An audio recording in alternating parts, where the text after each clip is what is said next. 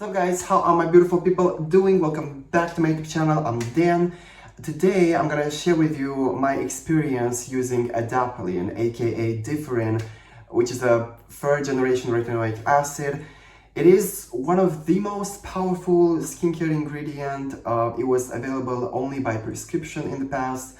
Now it is available over the counter. Most famous brand that sells it is Differin, but there are many other brands now, La Roche-Posay. There are some brands at Target, at Walmart, I don't know. I'm gonna share my 8 months experience with it.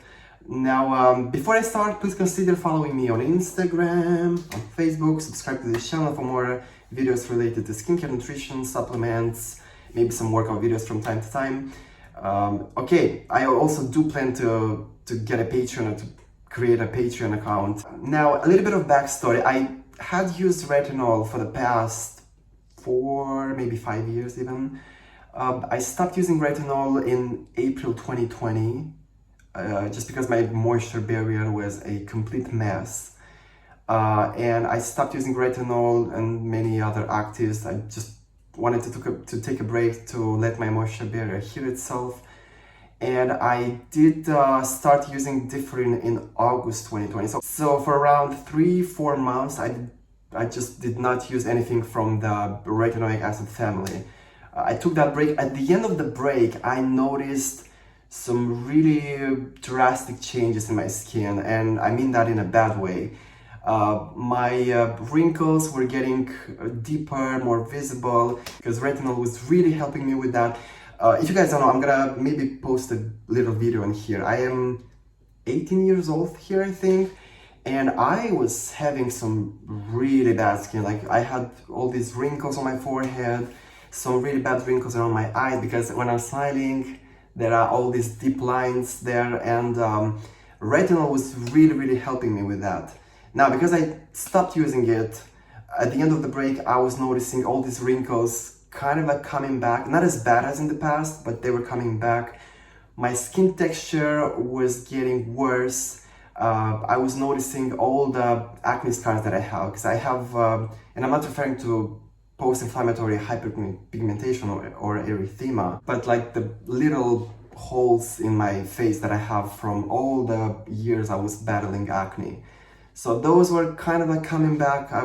My skin texture overall was rougher, was not as smooth as in the past, as when I was using retinol. So August 2020, I started using Differin. I will try to find a picture and post it in here so you guys can see how my skin looked like in August before starting Differin. And now I'm gonna share the cons and the pros of Differin that I've noticed during these 8 months. It's been 8 months, I think. August 2020, it's now March. Yeah.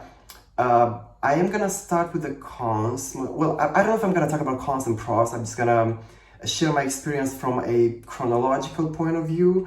But in the beginning, I was noticing all the cons, and then later on in my Differin journey, I was just enjoying all the benefits. Let's just put it that way. So the first thing that I've noticed with Differin was how harsh Adapalene is. I mean, by the way, I was using the 0.1%.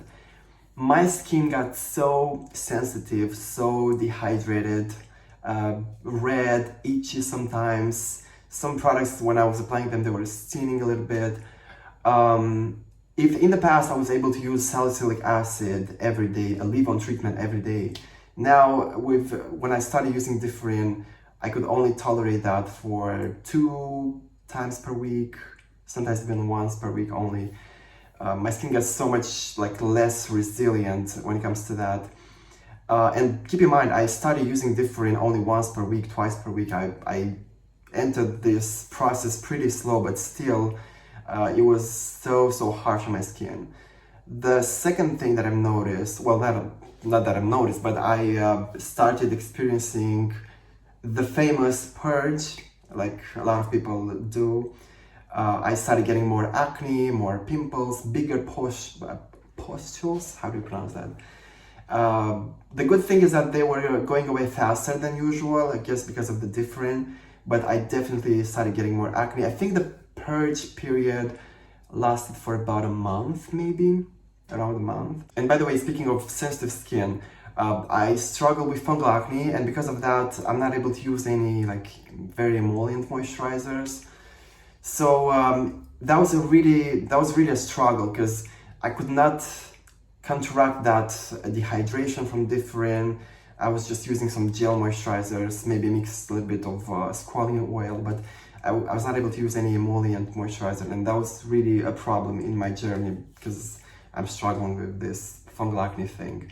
Now, another cons that I've noticed was my blackhead were much more visible, like much bigger, much darker. And I guess that's because I was not able to use salicylic acid that often.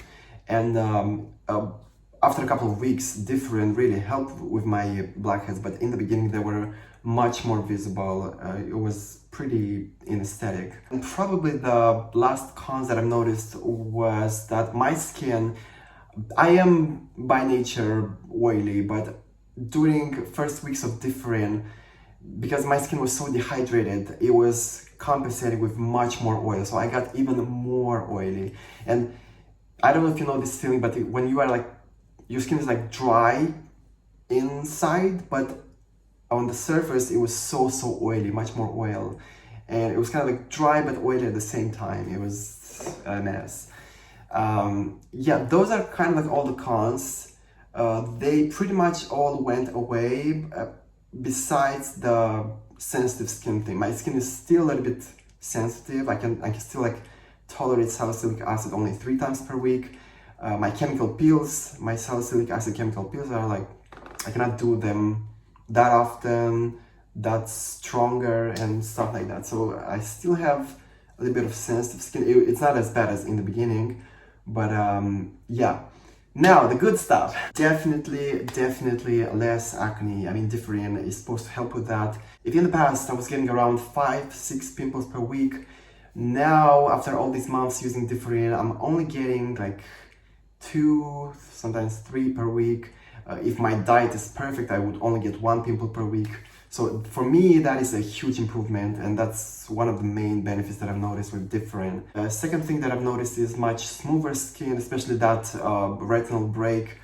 All the texture is like, well, texture is much smoother. All the acne scars are not as visible. The wrinkles, they pretty much went away. I mean, my forehead looks pretty good. Speaking of wrinkles, I feel like Differin helped with my forehead wrinkles more than Retinol.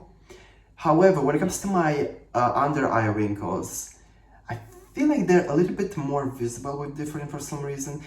And my theory is that that's because Differin is stronger and it's more dehydrating. So when you have dehydrated skin, the wrinkles are going to be much more visible.